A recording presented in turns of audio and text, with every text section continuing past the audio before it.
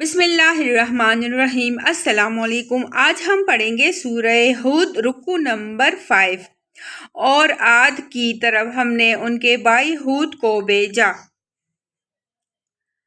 اس نے کہا، اے برادران قوم، اللہ کی بندگی کرو، تمہارا کوئی خدا اس کے سوا نہیں ہے، تم نے محض جھوٹ گڑھ رکھے ہیں۔ اے برادران قوم، اس کام پر میں تم سے کوئی اجر نہیں چاہتا، میرا اجر تو اس کے ذمہ ہے جس نے مجھے پیدا کیا ہے۔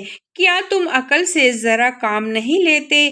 اور اے میری قوم کے لوگو، اپنے رب سے معافی چاہو، پھر اس کی طرف پلٹو، وہ تم پر آسمان کے دہانے کھول دے گا اور تمہاری موجودہ قوت پر مزید قوت کا اضافہ کرے گا۔ مجرم بن کر بندگی سے منہ نہ پھیرو۔ انہوں نے جواب دیا، اے ہود، تو ہمارے پاس کوئی صریح شہادت لے کر نہیں آیا ہے، اور تیرے کہنے سے ہم اپنے معبودوں کو نہیں چھوڑ سکتے، اور تجھ پر ہم ایمان لانے والے نہیں ہیں۔ ہم تو یہ سمجھتے ہیں کہ تیرے اوپر ہمارے معبودوں میں سے کسی کی مار پڑ گئی ہے۔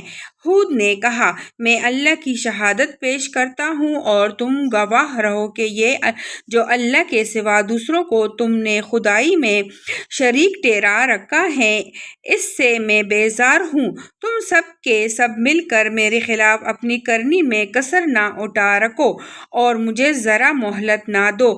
میرا بھروسہ اللہ پر ہے، جو میرا رب بھی ہے وہ تمہارا رب بھی ہے، اور تمہارا رب بھی۔ کوئی جاندار ایسا نہیں جس کی چوٹی اس کے ہاتھ میں نہ ہو۔ بے شک میرا رب سیدھی راہ پر ہے۔ اگر تم منہ پھیرتے ہو تو پھر پھیر لو۔ جو پیغام دے کر میں تمہارے پاس بھیجا گیا تھا وہ میں تم کو پہنچا چکا ہوں۔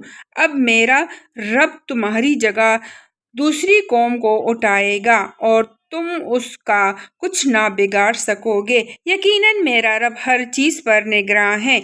پھر جب ہمارا حکم آ گیا تو ہم نے اپنی رحمت سے ہود کو اور ان لوگوں کو جو اس کے ساتھ ایمان لائے تھے نجات دے دی، اور ایک سخت عذاب سے انہیں بچا لیا۔ یہ ہیں عاد۔ اپنے رب کی آیات سے انہوں نے انکار کیا، اس کے رسولوں کی بات نہ مانی، اور ہر جبار دشمن حق کی پیروی کرتے رہے۔ آخر کار اس دنیا میں بھی ان پر پھٹکار پڑی اور قیامت کے روز بھی۔ سنو، عاد نے اپنے رب سے کفر کیا۔ سنو، دور پھینک دیے گئے عاد ہود کے قوم کے لوگ۔ اب اس کی تفسیر پڑھتے ہیں۔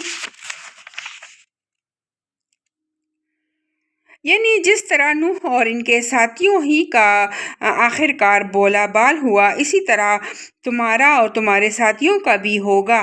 لہٰذا اس وقت جو مصائب اور شدائد تم پر گزر رہے ہیں، ان سے بد دل نہ ہو، بلکہ ہمت اور صبر کے ساتھ اپنا کام کیے چلے جاؤ۔ یعنی تو نے کسی دیوی یا دیوتا یا کسی حضرت کے آستانے پر کچھ گستاخی کی ہوگی، اس کا ہمیزہ ہے جو تو بھگت رہا ہے کہ بہکی باتیں کرنے لگا ہے، اور وہی بستیاں جن میں کل تو عزت کے ساتھ رہتا تھا، آج وہاں گالیوں اور پتھروں سے تیری تواضع ہو رہی ہے۔